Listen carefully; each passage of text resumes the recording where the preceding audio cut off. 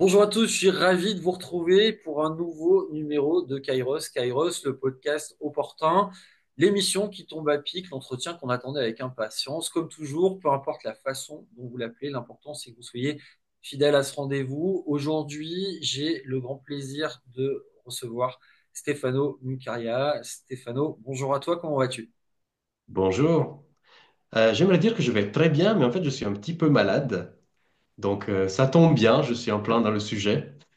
Exactement, ouais, j'allais te dire cette saison, mais effectivement, on est en plein dans le sujet. Je vais commencer, Stéphano, avec une Mhm. question, j'allais dire un peu traditionnelle.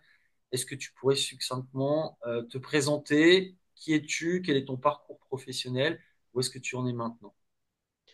Alors, avec plaisir, je suis déjà très content d'être là avec toi. Et puis, je m'appelle Stefano Mucaria, je viens du Tessin. Je me suis établi en Suisse romande il y a une vingtaine d'années pour mes études de pharmacie. Donc, j'ai un diplôme de pharmacien, j'ai pratiqué pendant 20 ans en officine. Et puis, depuis quelques années, je pratique comme thérapeute et comme formateur en décodage biologique. D'accord. Alors, évidemment, j'en arrive à la question centrale de cette émission, de cette thématique. Le décodage biologique, voire le décodage psychobiologique, puisque c'est Mhm. ce qu'on trouve en toutes lettres je dirais dans ton intitulé de fonction. Qu'est-ce que Oui. c'est? À quoi ça renvoie? Alors, le décodage psychobiologique, c'est une façon de faire le lien entre un symptôme ou un comportement et le ressenti, le stress qui est derrière ça. Ça part du principe que notre corps fonctionne avec une certaine logique et que s'il tombe malade, c'est pas par hasard. Donc, avec cette pratique, on va, avec la personne, faire le lien entre ce que son corps met en matière avec un symptôme précis et un vécu qui en est la cause. Et puis, ça peut permettre déjà d'y mettre du sens. C'est déjà pas mal, je trouve, pour une maladie ou un comportement. Mais ça permet aussi, si c'est le souhait de la personne, d'aller déverrouiller cela.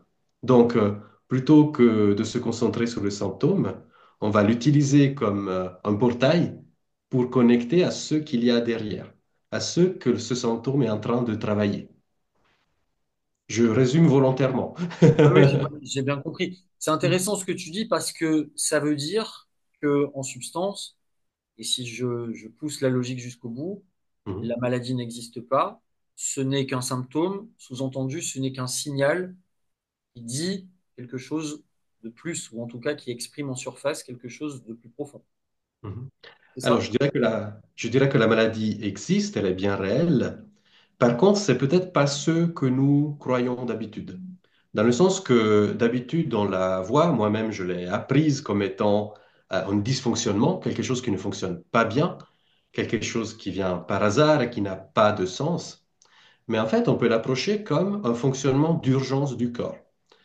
Je veux dire que dans une maladie, ce qui se passe, c'est qu'il y a soit quelque chose au niveau d'un fonctionnement de l'organe qui est rendu 10 000 fois plus performant, comme avec un cancer qui fait de la masse, par exemple, ou comme tout simplement une verrue qui fait une masse, ou des fois, il y a un fonctionnement qui est bloqué, qui est diminué, un genou qui se bloque, ou par exemple, un nerf qui stoppe la transmission des données.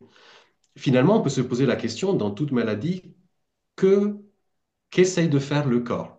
Donc, ce plus ou ce moins, il a un sens dans la vie de la personne, il a un sens précis. Donc, pour répondre à ta question, finalement, la maladie, on peut la voir soit comme du hasard ou une tuile qui nous tombe sur la tête, ou comme la tentative d'aller mieux, paradoxalement. Et je ne dis pas que la maladie est anodine. Ça peut amener à des conséquences graves. Le décès peut toujours être une conséquence d'une maladie grave, mais on peut l'approcher différemment et peut-être la déverrouiller. Ouais, ce que je trouve intéressant dans ton propos, c'est le fait de dire que finalement, euh, même si tu as une formation issue de la médecine académique et universitaire au départ, aujourd'hui, tu as été dans la capacité de déconstruire cette première vision pour aborder effectivement la problématique de la maladie autrement, et qui du coup, j'essaie de corriger un peu la définition initiale que j'ai voulu en donner, Mhm. Le symptôme ne serait finalement qu'une réponse adaptative Mhm. à une contrainte à un moment donné. Oui, absolument. Je te fais des exemples. Si je vais au soleil, moi, avec ma peau toute blanche, je vais d'abord avoir un coup de soleil, si j'exagère, et puis après un moment, il y a ma peau qui va bronzer. Donc le bronzage, c'est une adaptation du corps à l'environnement extérieur. Si je cours pour attraper le bus, mon cœur va battre beaucoup plus vite, je vais respirer beaucoup plus fort. C'est une adaptation aussi. Celles-là sont des adaptations courantes que nous connaissons. Mais des fois, il y a des adaptations d'urgence. Par exemple, si je mange des huîtres avariées, qu'est-ce qui va se passer? Mon corps va dire, OK, ça c'est du poison, il faut vomir. Donc déjà ça, c'est à la frontière entre l'adaptation Bien sûr. et ce que nous appelons maladie. Hein, je tombe malade à cause de ces huîtres. Mais des fois, l'adaptation, elle est moins difficile à voir. Euh, Par exemple, euh, si j'ai si j'ai vomi quelque chose et j'ai mangé des huîtres, le lien va être très facile à faire. Par contre, notre cerveau, il fait pas la différence entre réel et symbolique. Si je regarde un film d'horreur, je vais vraiment avoir peur. Pourtant, je sais très bien que c'est un film. Tout ça pour dire que des fois, si je vomis, c'est pas forcément lié à quelque chose que j'aurais mangé, mais c'est lié à quelque chose que j'aurais vécu comme étant toxique. Et c'est là la clé du décodage biologique, c'est OK, la maladie, c'est une adaptation, une recherche de solution de quelque chose, mais des fois, c'est une recherche à quelque chose qui a été vécu et qui est de l'ordre du symbolique, du virtuel. Quand je disais je vomis suite à quelque chose de toxique, ça peut être suite à une situation toxique. J'ai vécu quelque chose de dégueulasse. Le mot, il est bien là. Bah, si aucune solution n'est trouvée autrement, c'est possible que mon corps le prenne en charge avec des vomissements. C'est une solution symbolique. C'est la seule solution qui aurait été possible. Ce qui veut dire, tu nous dis que finalement, le cerveau ne fait pas le distinguo entre le réel et le symbolique. Oui. Je suppose que il y a l'expression assez concrète de tout ça, c'est la production d'images dans le cadre du rêve quand on dort. Mhm. Euh, Mhm. Est-ce que justement, on ne pourrait pas imaginer aussi croiser une approche psychanalytique, pseudo-freudienne ou plus ou moins héritée de la psychanalyse, de Lacan par exemple, qui serait aussi un élément supplémentaire qui pourrait aider à aller vers cette idée de décodage. Et ce qui est intéressant, et je comprends pourquoi tu choisis plus le terme de décodage psychobiologique que de décodage biologique, c'est que justement, Absolument. donne une importance à cette dimension-là de la psyché. Alors, est-ce que tu peux nous en dire un peu plus? Et puis, est-ce que pour toi, le rêve est une production imagée qui est pertinente dans le cadre peut-être d'une interprétation et d'un détricotage du symptôme? Mhm.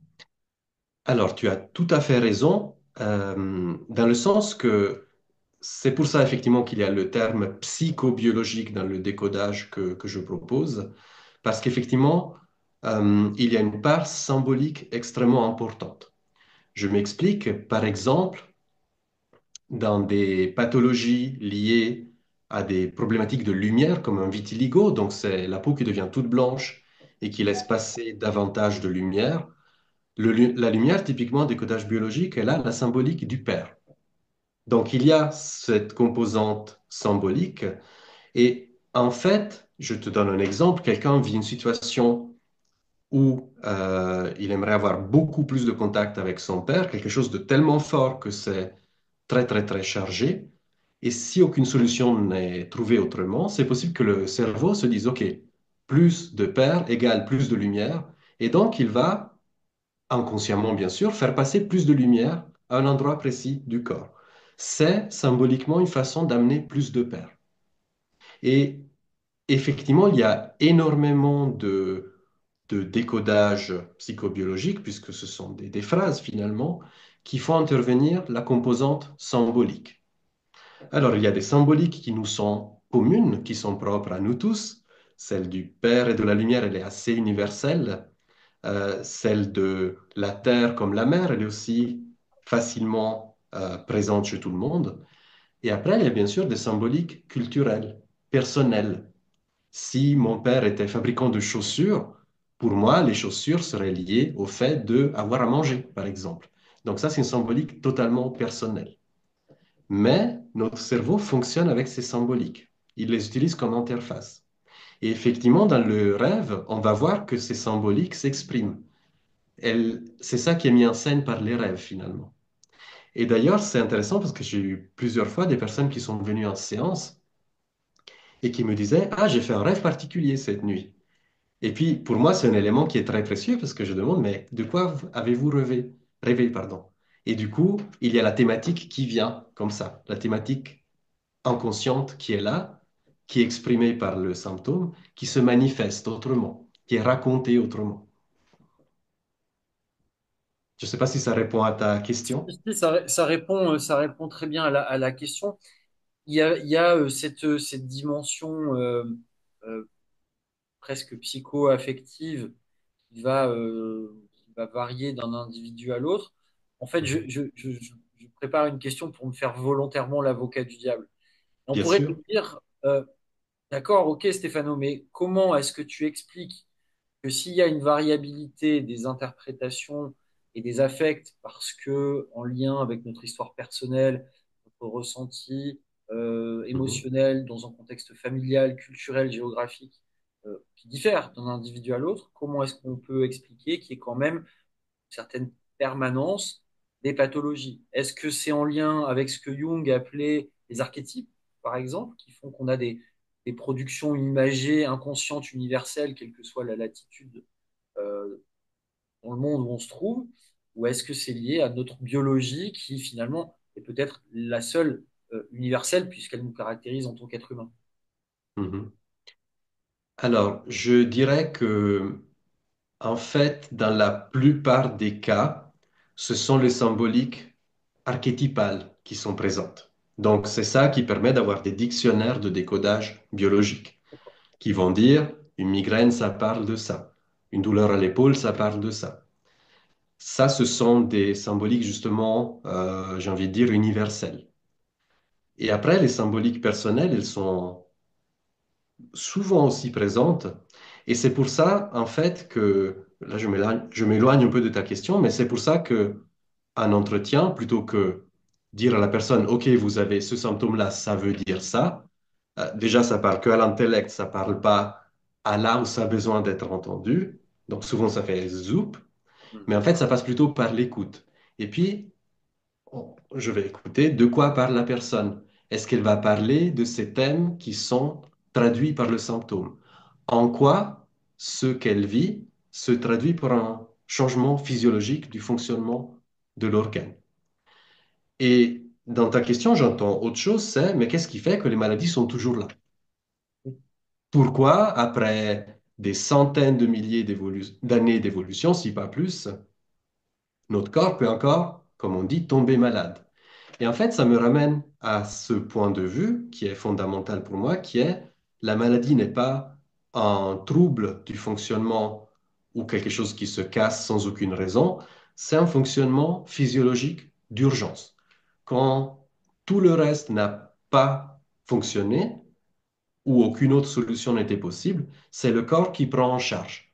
Donc nous, on se dit, mais il ne fonctionne pas bien, il y a un problème, mais en fait, il essaye de nous soutenir, il essaye de solutionner quelque chose avec un fonctionnement d'urgence qui peut ne pas fonctionner non plus, qui peut même amener ses propres séquelles, ses propres problématiques, mais la maladie est toujours là parce que c'est un fonctionnement physiologique d'urgence.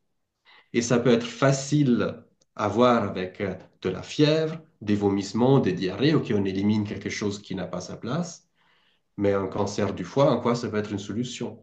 Un eczéma, en quoi ça peut être une solution? Et en fait, quand on va voir que fait la maladie, on trouve ce sens. Un cancer du foie, ça veut dire un foie d'urgence. Le foie, c'est l'organe qui sert à pallier au manque. Donc, si je vis quelque chose où j'ai une peur euh, extrême de mourir de faim, de manquer, si je développe un super foie, c'est une solution d'urgence tout à fait logique pour mon corps.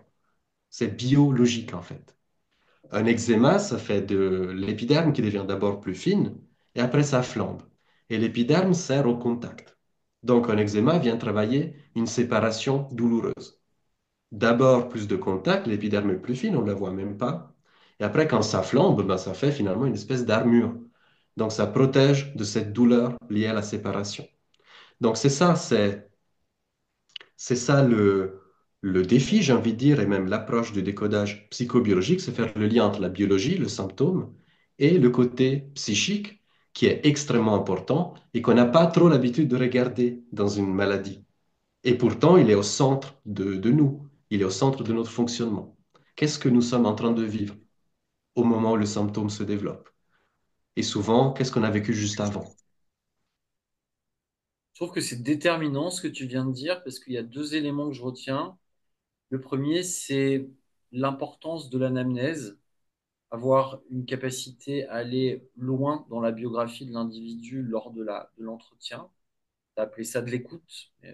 Mhm, Effectivement, en tant que thérapeute, en tant que soignant, effectivement, le rôle de l'entretien, même si on le conduit, même si on le guide un petit peu, ben, c'est souvent majoritairement de l'écoute.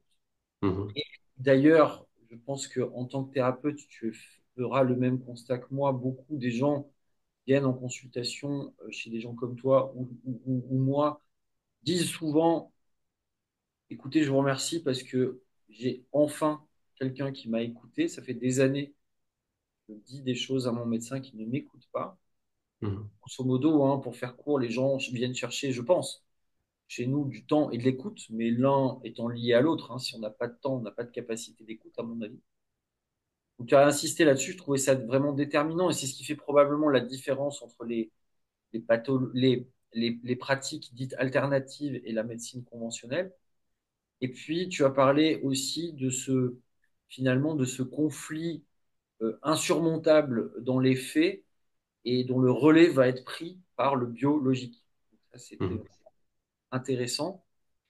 Et comment est-ce que le corps en arrive là? C'est-à-dire que là encore, on est dans un mécanisme adaptatif pour surmonter quelque chose qui n'a pas pu être résolu, je dirais, mhm, dans la matérialité immédiate. mhm. C'est ça? Oui, tout à fait. J'ai envie de te répondre que dans la théorie du décodage psychobiologique, il y a euh, différentes phases de la maladie et différentes phases quand nous vivons un stress. Finalement, ça se superpose. Il y a la phase de stress où le corps est sous tension, le cerveau est sous tension, on cherche une solution, la situation elle est là. C'est pas le moment de lâcher en fait, il faut se battre, il faut trouver une issue. Donc en fait, c'est pas là qu'on tombe malade, c'est pas là qu'on a les symptômes. Par contre, il y a déjà des modifications physiologiques qui se mettent en place et qui souvent ne sont pas remarquées. Je vois que tu fais signe de la tête, ça te Oui, parle. oui, parce que malheureusement, aujourd'hui, les 95% des personnes que je croise dans le cadre de la consultation sont des gens épuisés avec des taux de cortisol Mhm, qui flambent et qui aujourd'hui ont des mécanismes adaptatifs tels que à terme, ils se retrouvent avec un état thyroïdien, hypophysaire ou mhm, surrénalien complètement HS parce que justement, ils ont sursollicité leur système nerveux sympathique et qu'ils ont donné mhm, aucun temps d'expression au parasympathique. mhm. Alors c'est ça, c'est que il y a des périodes de stress que nous vivons tous où en fait le corps n'a pas le temps de tomber malade. C'est pas le moment de tomber malade. D'ailleurs, ça arrive souvent quand on tombe malade le premier jour des vacances, par exemple, Absolument, quand le stress tombe. tout à fait. Justement, la plupart des symptômes, notamment tout ce qui est inflammation, la plupart des douleurs, euh, viennent quand en fait le stress tombe. Ça peut être même une résolution partielle. La tension tombe, c'est là que le corps peut entrer en réparation. Donc, quand les symptômes flambent, c'est souvent que le stress qui est en jeu et qu'on va aller chercher en séance, en fait, vient de se résoudre. Donc, c'est intéressant de voir la période où ça a l'air de pas aller du tout. Donc, ça s'enflamme, ça fait mal, ça gonfle, il y a des infections qui se manifestent. C'est intéressant de se dire, mais attendez, c'est pas là que ça se joue. C'était juste avant. Et puis, on va voir, mais qu'est-ce qui s'est joué juste avant? Et en fait, les symptômes vont être en lien précis avec ce qui a été vécu comme forme de stress.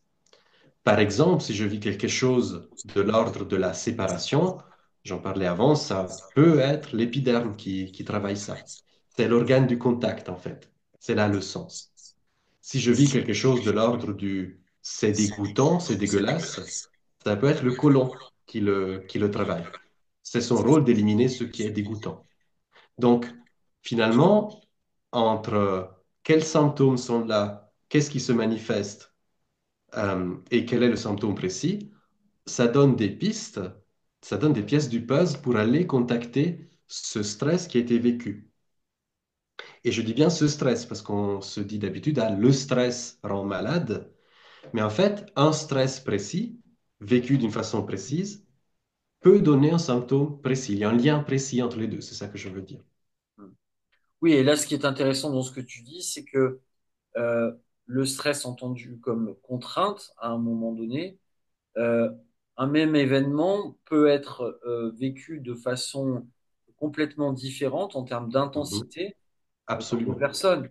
C'est aussi Oui. ça qui fait la complexité de ta pratique et c'est ce qui impose aussi une écoute parce que ça suppose Mhm. derrière une prise en charge individualisée et adaptative. Absolument. Et dans ce que tu dis, c'est très très juste parce que non seulement il y a l'intensité vécue qui va être différente, mais aussi la tonalité. Parce qu'un même événement, nous pouvons, nous deux, le vivre d'une façon complètement différente. Si je suis licencié, je peux le vivre comme je vais manquer, je vais mourir de faim. Mais je peux aussi le vivre comme je ne vais plus voir mes collègues. Je me sens séparé de mes collègues et ça me choque. Ou alors comme ah, mais je ne vaux rien. Tu vois, ce sont déjà trois façons de vivre le même événement avec des stress très différents. Et du coup, ça peut être, parce qu'il n'y a aucune fatalité, mais ça peut être un organe différent qui va prendre en charge ces trois ressentis stressants. Et peut-être que je suis licencié et ça ne me fait pas du tout un stress. Tant mieux, ça faisait des années que je voulais partir. Donc, c'est pas l'événement qui compte, c'est comment il est vécu finalement. Et c'est Oui. ça qu'on va chercher à travers l'écoute, justement. Comment ça a été vécu? Bon, donc toi, ça veut dire qu'en pratique de consultation, tu vas vraiment faire un travail d'enquêteur pour remonter un petit peu le fil du temps dans la biographie des personnes. Et puis justement, découvrir un petit peu, arrête-moi si je me trompe, mais ce point de bascule Mhm. où justement on va avoir ce stress, déterminer quel est le niveau d'intensité de ce stress vécu, perçu, et en déduire la zone organique ou les grandes fonctions physiologiques qui sont concernées, c'est ça? Alors, pas tout à fait. Dans le sens que la personne va venir avec un diagnostic, c'est très important pour moi. Donc, quelle est la pathologie qui est là? Un diagnostic médical permet de se concentrer directement sur la bonne zone, j'ai envie de dire.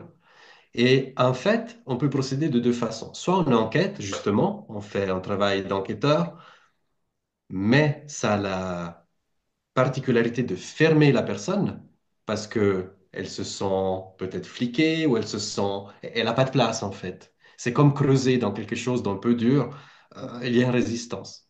Et en fait, ce qui a du sens, c'est plutôt de poser la question, par exemple, parlez-moi de cette maladie, et puis la personne, elle va parler de ce qu'elle vit, et en fait, c'est son inconscient qui va parler. Il y a le thème qui va remonter.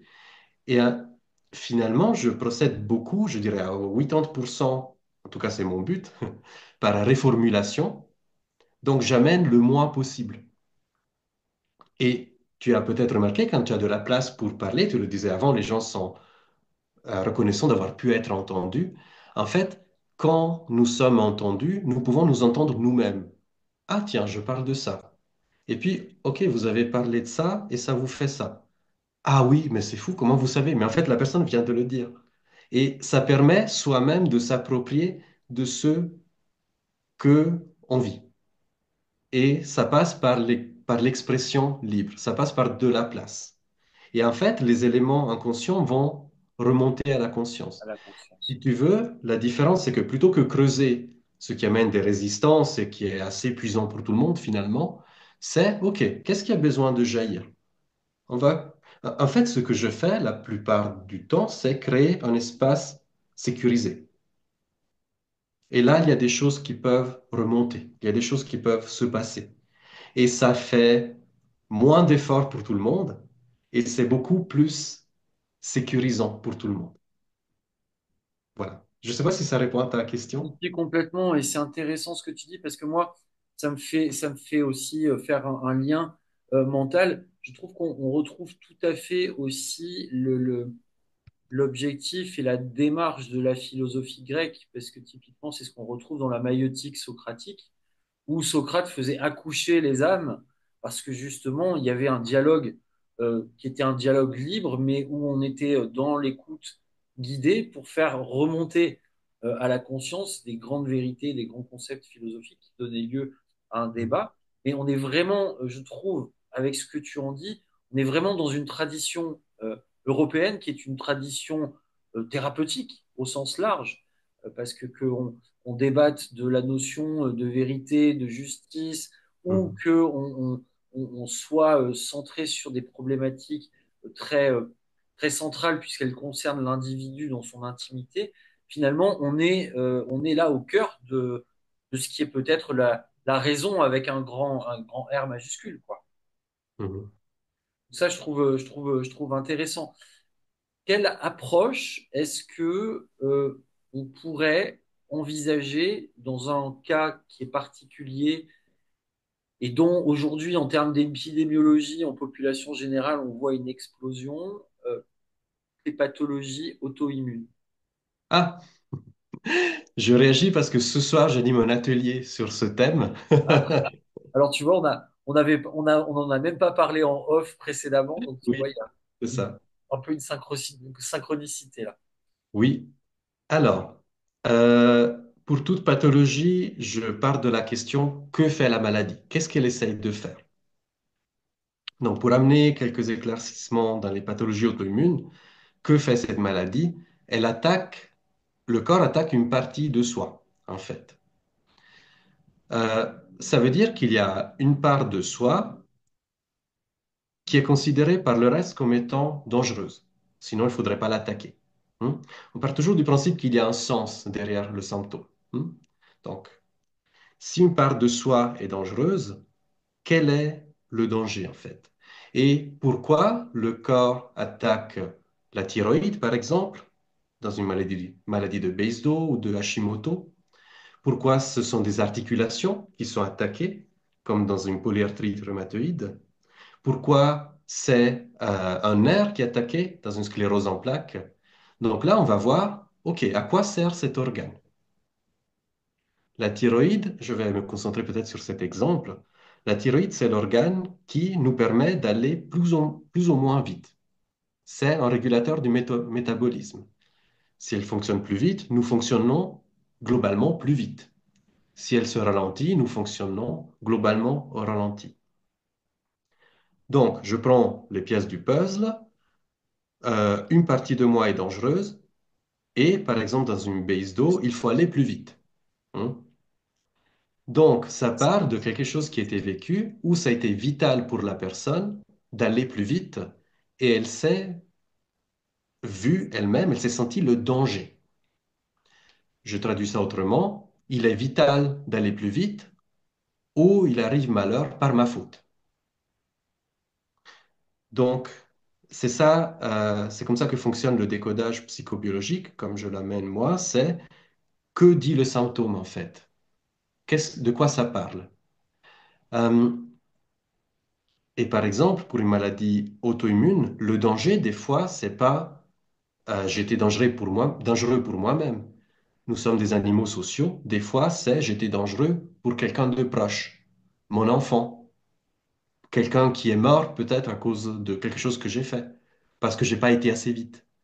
Donc, ce sont des maladies, les maladies auto-immunes, où la personne a vécu quelque chose, où elle se sent intimement comme responsable de quelque chose.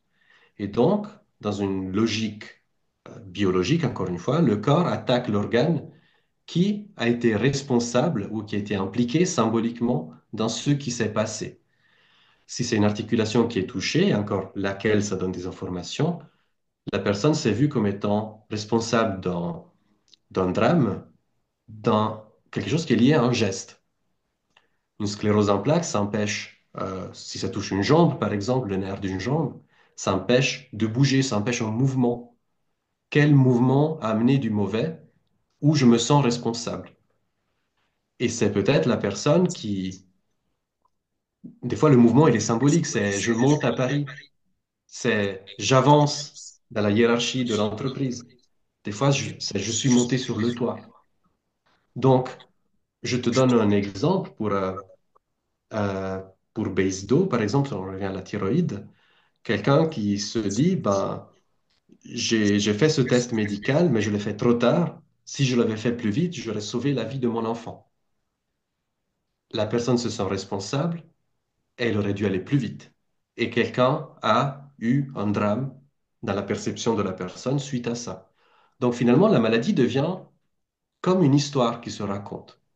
Alors, c'est pas une histoire forcément drôle, mais ça raconte quelque chose qui a été vécu et finalement qui n'a pas pu être exprimé jusqu'à là. C'est ça souvent qui est pathologique. C'est je vis quelque chose d'extrêmement fort, je le garde pour moi parce que je peux pas en parler, je peux pas exprimer ce que je vis vraiment au cœur de ça. Et finalement, ça, c'est pris en charge par le corps. On peut le voir comme le corps essaye de le solutionner, mais aussi comme le corps raconte quelque chose que j'ai pas pu exprimer moi-même. Les deux sont vrais en fait. Alors du coup, une fois que je dirais le mécanisme est démonté et mis sur la table, comment est-ce que ça se passe pour déconstruire ça, reconstruire autre chose? Est-ce que justement ça passe par un espace d'expression que tu vas ménager et est-ce que c'est faisable et envisageable face à justement quelqu'un qui n'a pas été en capacité de s'exprimer consciemment au point que c'est le corps qui a pris le relais de l'expression? Mhm. Alors, ce qui est thérapeutique, c'est souvent de pouvoir nommer ce qui a été vécu et qui n'a jamais été nommé jusqu'à là. Au point que souvent c'est passé dans l'inconscient. C'est plus accessible facilement. Donc déjà de le remonter à la conscience et de l'exprimer, ça peut débloquer les choses. C'est parfois suffisant. J'allais dire souvent, oui, je dirais même souvent. Après, qu'est-ce qui permet de le contacter en séance? C'est justement si la personne se sent en sécurité. Si ça n'a pas pu être exprimé avant, c'est que la personne ne pouvait pas le faire. Et souvent, ça se tient à elle ne se sentait pas assez en sécurité pour le faire. C'est quelque chose que je ne peux pas dire et déjà me dire. Donc, un espace sécurisé peut permettre déjà de contacter et puis de nommer ce qui a été vécu. Et si c'est pas suffisant, et des fois la personne dit, mais et qu'est-ce que j'en fais maintenant? En fait, je propose des exercices symboliques, des explorations symboliques, où on parle au cerveau avec son langage. Et tu te rappelles, enfin tu le sais autant que moi, c'est le langage du symbole. Donc, si je porte un poids qui m'est intenable, une fois que le poids a été nommé, ok, mais en fait c'est ça qui me pèse autant, la personne peut, par exemple, choisir de le poser. Et pour le cerveau, c'est j'ai posé ce poids. Et il y a toute une série d'exercices et d'explorations symboliques qui déjà permettent plus facilement de contacter ce qui est là que la parole seule, et qui en plus permettent de, une fois que ce qui est là a été nommé, de le transformer, d'en faire quelque chose, de choisir d'en faire quelque chose. Et c'est la personne qui choisit. Des fois, elle se dit, non, mais je vais rester avec ça encore un moment. Et c'est OK, c'est son choix. Et des fois, elle dit, mais ça, j'en veux plus. Et puis, c'est même elle qui va dire, mais j'en fais ça, j'en fais ça. Et ça parle au cerveau. C'est un choix qui est fait et qui transforme réellement quelque chose. Et justement, est-ce qu'on peut avoir des circonstances où quelqu'un va délibérément refuser de sortir de la maladie, peut-être par un mécanisme conscient ou inconscient de... Ah, je ne t'entends plus. Voilà. Oui, tu je- m'entends? Oui, je t'entends. Je disais, est-ce que on a des circonstances dans lesquelles la personne va délibérément refuser de faire de la maladie parce que, consciemment ou pas, elle a ce qu'on appelle, tu sais, ce bénéfice secondaire de la maladie? Oui, ça arrive, oui, tout à fait. Et c'est pour ça que c'est très important de poser la question en début de séance, pour moi, quel est votre objectif? Parce que des fois, c'est d'aller mieux ou de guérir, je dirais même. Des fois, c'est de comprendre. Des fois, c'est les deux. Mais des fois, c'est j'aimerais comprendre un petit peu. Ou j'aimerais le vivre plus facilement, avec plus de légèreté. Et des fois, la demande est clairement, mais je veux pas que ça change parce que ça mène certains bénéfices secondaires, justement. Mais ça peut être tout simplement, on s'occupe de moi depuis que je suis malade. Ou dans ma famille, la personne qui est malade, elle a un rôle particulier. Des fois, ça vient toucher à des loyautés aussi transgénérationnelles. Donc, c'est ça, c'est, on pourrait se dire, mais quelqu'un qui vient avec une maladie, il veut forcément guérir. Non, il faut poser la question, qu'est-ce que vous cherchez aujourd'hui? Et je me rappelle d'une personne qui était venue, elle voulait juste poser un mot. On a fait toute une séance où elle me disait, mais je ne veux pas contacter mes émotions. Et dès qu'on approchait, ça revenait. Et puis en partant, elle me donne la main, elle dit, mais en fait, j'ai peur. Fouf. Et c'est ça qu'elle cherchait. C'était pas, on a fait juste, on a fait faux, c'est ça qu'elle cherchait. Donc chacun vient avec une demande différente. Et c'est à respecter, bien sûr. Bien sûr. Mhm. Justement, ça fait le lien avec la question suivante que je voulais te poser. Mhm. Est-ce qu'il y a, je dirais, un peu un profil type de malade qui vient te voir? Est-ce que vraiment euh, on a des gens qui sont un petit peu en bout de recherche diagnostique ou alors des gens à qui on a dit, écoutez, au vu du diagnostic qui est posé, au vu du degré d'évolution de la maladie, les stratégies conventionnelles en médecine allopathique ne donneront rien de plus et finalement ils viennent un petit peu en dernière intention et en dépit d'autres solutions proposées. Ou est-ce que c'est un petit peu tout ça à la fois? Mhm. Je dirais qu'il y a vraiment de tout. Il y a toute situation mélangée. J'ai eu assez peu de monde qui disait, voilà, j'ai aucune autre piste, je viens chez vous. C'était plutôt, j'aimerais comprendre ce qui se passe. Euh, il y a eu quelques personnes qui disaient, mais le médecin m'a dit qu'on peut rien pour moi. Donc ça, je vois aussi. Mais il y a vraiment un peu de tout. Surtout, j'ai l'impression que le point commun, c'est j'aimerais comprendre. Au point que j'ai eu des personnes qui venaient qui disaient, je ne sais pas pourquoi je viens, mais j'ai quelque chose à comprendre. Donc, c'est pas forcément que des personnes qui ont épuisé les autres chemins. Ouais, je comprends. C'est Mm. intéressant ce que tu dis parce que dans l'expression tomber malade, on a quelque chose de très symptomatique pour le coup, dans le sens où Joli mot. ouais, on associe en fait la maladie au hasard, donc Mhm, à la fatalité. mhm, Alors que toi, tu nous dis qu'en fait, la maladie n'est pas une fatalité, elle est une nécessité, ou en tout cas, une tentative, l'expression d'un mécanisme adaptatif mhm. face à la confrontation à un stress qui est difficile à surmonter et dans lequel, effectivement, le symptôme qu'on appelle maladie va s'exprimer. Absolument. Comment est-ce que on en arrive à un tel renversement en termes de mindset quand Mhm, on est docteur en pharmacie, mhm. En le vivant soi-même. en le vivant soi-même? D'accord. Je me rappelle que j'avais été chez une dame qui fait des massages. Et puis, elle me dit, ah, mais ton foie est très gonflé, est-ce que tu serais en colère? Puis je la regarde comme ça, puis ça m'a vraiment fait un... Tu vois, le plouf, quand tu dis, ah bah oui. Je dis là, mais attends, est-ce que ça serait possible qu'il y ait un lien entre les organes et le vécu émotionnel? Et puis,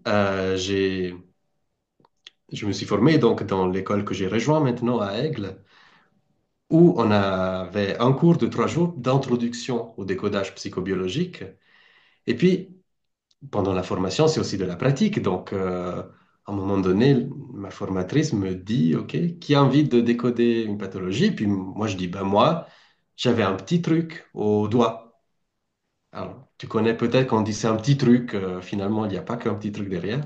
Donc, j'ai dit moi, puis elle m'écoute justement parler de mon doigt.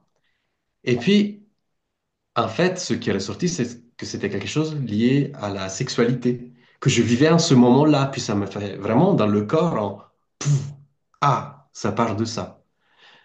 Donc, tu vois, c'est pas une compréhension intellectuelle que j'ai eue, c'était différents événements où j'ai senti dans mon corps que c'était juste. Et je me suis dit, mais c'est pas possible. Comment c'est possible qu'il y ait la maladie qui vienne suite à un vécu? Et je l'ai vraiment vécu dans mon corps. Et comme j'ai mon côté scientifique qui est bien présent, en pharmacie, je demandais aux gens depuis, à partir de ce moment, comme ils disaient, voilà, j'ai une infection urinaire, j'ai ça, j'ai ça. J'ai commencé à demander, quand je sentais une ouverture, hein, est-ce que vous vivez quelque chose de particulier ces temps? Et puis la réponse, c'était à chaque fois, oui, clairement. J'étais là, OK, là, il y a quelque chose d'important, en fait. Là, il y a quelque chose qui a beaucoup de sens. Et du coup, j'ai continué, je me suis formé, et puis je pratique parce que pour moi, c'est quelque chose qui a un sens euh, que je n'arrive pas à définir, en fait, tellement c'est fort pour moi. On disait en off tout à l'heure en préparant cette interview que tu as eu une période de transition pendant laquelle tu travaillais à la fois en officine et où on t'avait laissé l'opportunité justement de faire de la consultation aux personnes Mhm, qui venaient à l'officine en première intention. mhm. Aujourd'hui, avec le recul, comment tu vois cette période de transition? Est-ce que ça t'a donné, au-delà des opportunités de consultation, est-ce que ça t'a donné, je dirais, un gain un gain de compétences, une Mhm. ouverture de regard beaucoup plus large? Comment tu vois les choses? Alors, c'était une période de pratique qui a été indispensable pour moi parce que euh, ben, du coup, ça faisait C'était variable, mais j'ai quand même eu pas mal de monde qui est venu comme ça. Euh, et c'est un métier, j'ai envie de dire, qui se base sur la théorie, mais encore plus sur la pratique. Donc, d'avoir pu pratiquer, avoir ces personnes en consultation, ça m'a permis d'obtenir une très, très grande pratique, en fait. D'obtenir, j'aime pas le mot, mais de développer, voilà, une pratique importante. Donc, c'était une période qui était très importante pour moi. Mais maintenant, j'ai choisi de me concentrer sur le côté thérapeutique et formateur, enfin, thérapeute et formateur, parce que je n'étais pas assez disponible en travaillant en pharmacie le reste du temps. Dans le sens que c'est un métier qui, pour moi, est devenu trop stressant. Et je ne peux pas juste interrompre la journée en pharmacie pour faire une consultation et puis reprendre.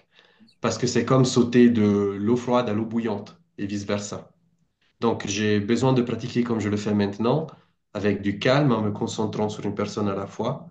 Et puis là, je peux vraiment amener ce que j'ai envie d'amener finalement. Mhm.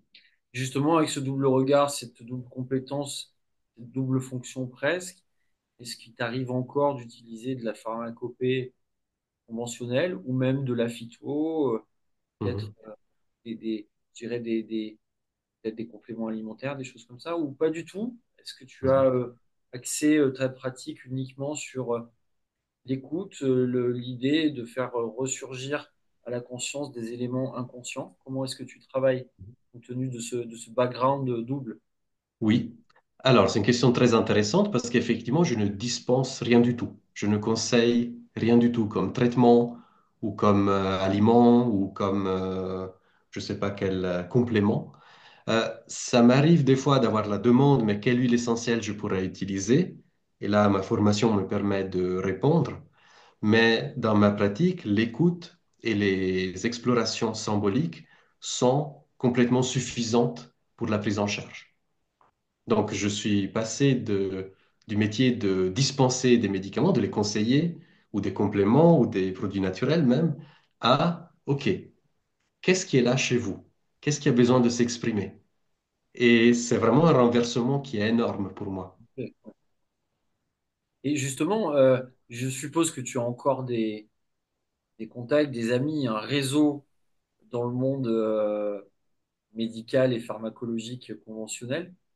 Le regard est-ce qu'on porte sur toi, sur ton parcours? Est-ce qu'on te regarde avec des grands yeux en se disant, ça y est, on a complètement perdu Stéphano? Ou est-ce que les gens comprennent la démarche et Mhm. je pense pas me tromper en le disant, mais qui est aussi une démarche dans laquelle on grandit soi-même. Mhm. Oui. Alors, je crois que le mot que j'entends le plus souvent, c'est courageux. Moi, je dirais que ceux qui me connaissent, ils sont tout contents parce qu'ils voient que ça me nourrit, que je suis à ma place, en fait. Et puis, il y a bien sûr des personnes qui ne le comprennent pas, puis qui disent, mais attends, tu avais un métier et tout. Mais pour moi, c'était un métier où j'avais plus de futur, en fait. C'est bizarre à dire, mais pour moi, c'était l'évolution de mon métier. Oui, c'est ce que tu m'as dit au préalable. C'était intéressant quand on a échangé avant l'émission. Tu m'as dit finalement ce que je fais aujourd'hui, c'est la suite logique de mon parcours de Oui. pharmacie. Pourquoi? Et d'ailleurs, justement, voilà, pourquoi? Parce que déjà en pharmacie, finalement, il y a un rôle qui est très, très important pour le personnel de la pharmacie, c'est d'être à l'écoute. Et c'est pas un mot de façade, c'est si on est vraiment à l'écoute, ça apporte un vrai plus. Et d'ailleurs, j'ai des collègues pharmaciens qui me disaient, qui disent, mais le pharmacien, c'est le nouveau curé du village. C'est là où on va finalement se confier ou Oui, parler se de ce confesser, ouais, qui est ouais. là. Euh, et là, j'avoue que c'est un métier qui m'a... Enfin, je réalise que c'est un métier qui m'a permis de développer une grande écoute. Et l'écoute, elle est très importante dans le métier de pharmacien. Et pour moi, ça a été une évolution logique de me concentrer sur cette écoute dans le domaine thérapeutique, justement. Et puis de finalement, OK, le médicament, le bon médicament au bon moment, il est important, il a sa place, mais au-delà du médicament, au-delà de la maladie, qui est là devant moi? Qu'est-ce qu'elle vit, la personne? De quoi elle a vraiment besoin, en fait? Et c'était ça l'évolution pour moi. Mais le métier de pharmacien m'a permis d'arriver là. Ouais, c'est intéressant. Avant de conclure cet entretien, Stéphano, pour lequel je te remercie déjà, je voulais Avec finalement plaisir.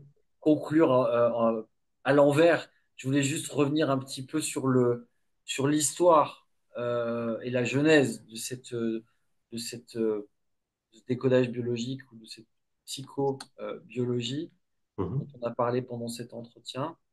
Euh, à quand est-ce que tu ferais remonter cette, cet outil, cette grille d'interprétation, cette lecture?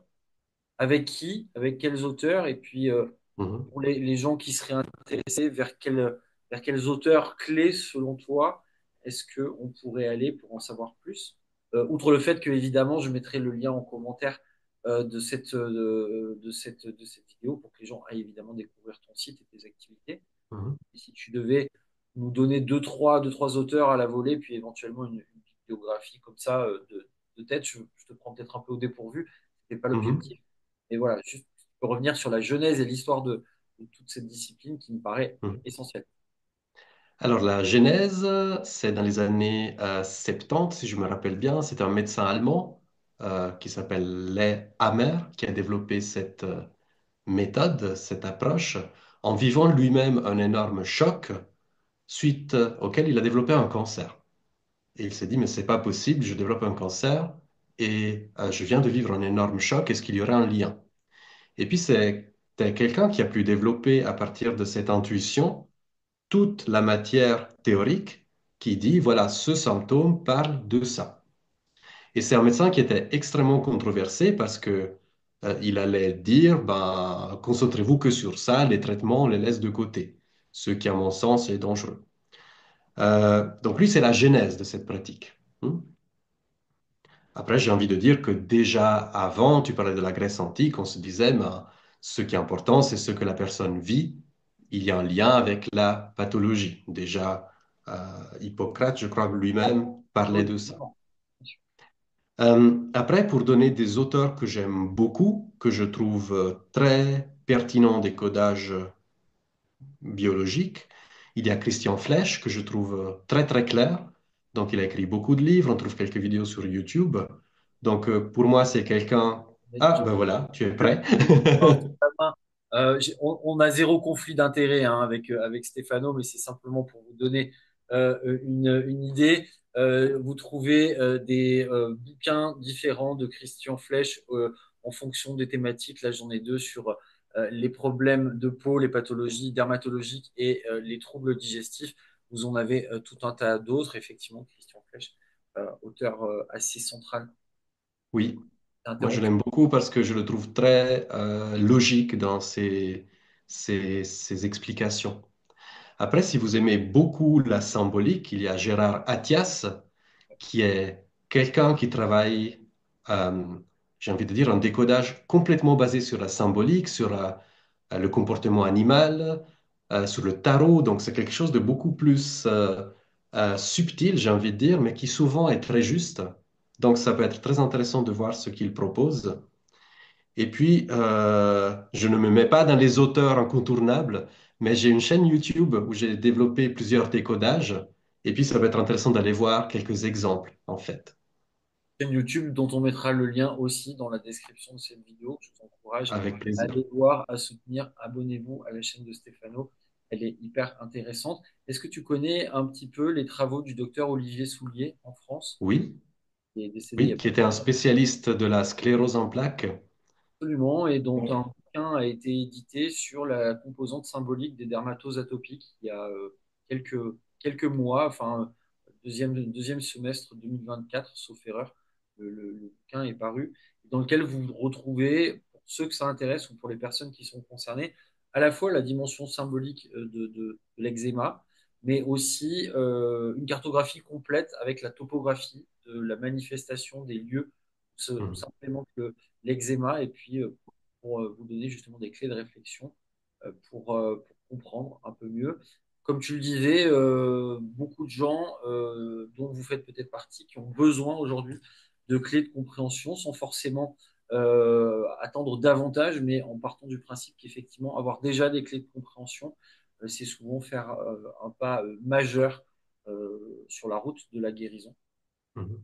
Et je Stéphane, rajouterais que c'est faire un pas vers soi bien plutôt sûr. que vers l'extérieur pour chercher quelque chose ailleurs. C'est OK, mais de quoi j'ai besoin? Qu'est-ce que je vis? Et c'est par là que ça passe pour moi là. Oui, complètement. Et puis ça fait le lien avec ce qu'on disait ensemble avant de démarrer cette émission, à savoir que pour le coup, là, on est vraiment dans un- une démarche, certes de retour à soi, mais qui implique bien sûr euh, une reprise en main de sa propre responsabilité, plutôt que Mhm. de déléguer les problématiques aux autres et de Mhm. quelque part complètement se défaire de son rôle d'acteur, en fait, hein. Mhm. Oui, et c'est aussi reprendre son pouvoir, Absolument. comme on disait avant. Ouais. Pouvoir son autonomie, donc sa liberté. Mhm. Stéphano, je te remercie vraiment beaucoup Merci beaucoup. pour le temps que tu as bien voulu nous accorder. Je ne sais pas si tu avais envie ou besoin de rajouter quelque chose à cet entretien, mais j'étais ravi de le mener avec toi. On a abordé des thématiques qui, pour moi, sont vraiment intéressantes, qui sont captivantes. Je pense que vous aurez compris aussi que malheureusement, faute de temps, on n'a pas pu aller davantage dans la profondeur. Je vous encourage vraiment à aller visiter le site de Stéphano, à aller voir ce qu'il fait, à vous abonner également massivement à sa chaîne YouTube sur laquelle vous trouverez tout un tas d'informations pour aller justement plus loin là-dedans. Et puis, n'hésitez pas également à le contacter pour toutes les formations qu'il dispense. Mhm. Je sais qu'il y a beaucoup de formations qui existent en présentiel, mais il y en a aussi beaucoup qui existent en distanciel. Donc, Mhm. en cela, aujourd'hui, l'Internet nous permet de ne plus avoir de frontières et de ne plus avoir de limites pour l'accès à la formation. Donc, profitez-en. Merci Stéphano encore. Je te laisse éventuellement au mot de la fin si tu le souhaites. Et puis voilà, merci à nouveau. Ben, c'est moi qui te remercie. C'était un plaisir et puis j'ai beaucoup aimé le format discussion. Donc ça a été très, très agréable pour moi. Et puis effectivement, si vous avez envie de découvrir ce que je propose, n'hésitez pas à faire un tour sur mon site. Voilà, tu as tout dit. Et puis je te remercie du fond du cœur. Merci à toi, Stéphano. Merci à tous pour votre fidélité. N'oubliez pas de mettre un petit commentaire sous cette vidéo, de la liker, de la partager. Encore une fois, allez voir le travail de Stéphano. Je vous dis à très vite. Prenez soin de vous. On se revoit très rapidement pour un prochain numéro. À bientôt. Bye bye. À bientôt. Merci beaucoup. Merci à toi.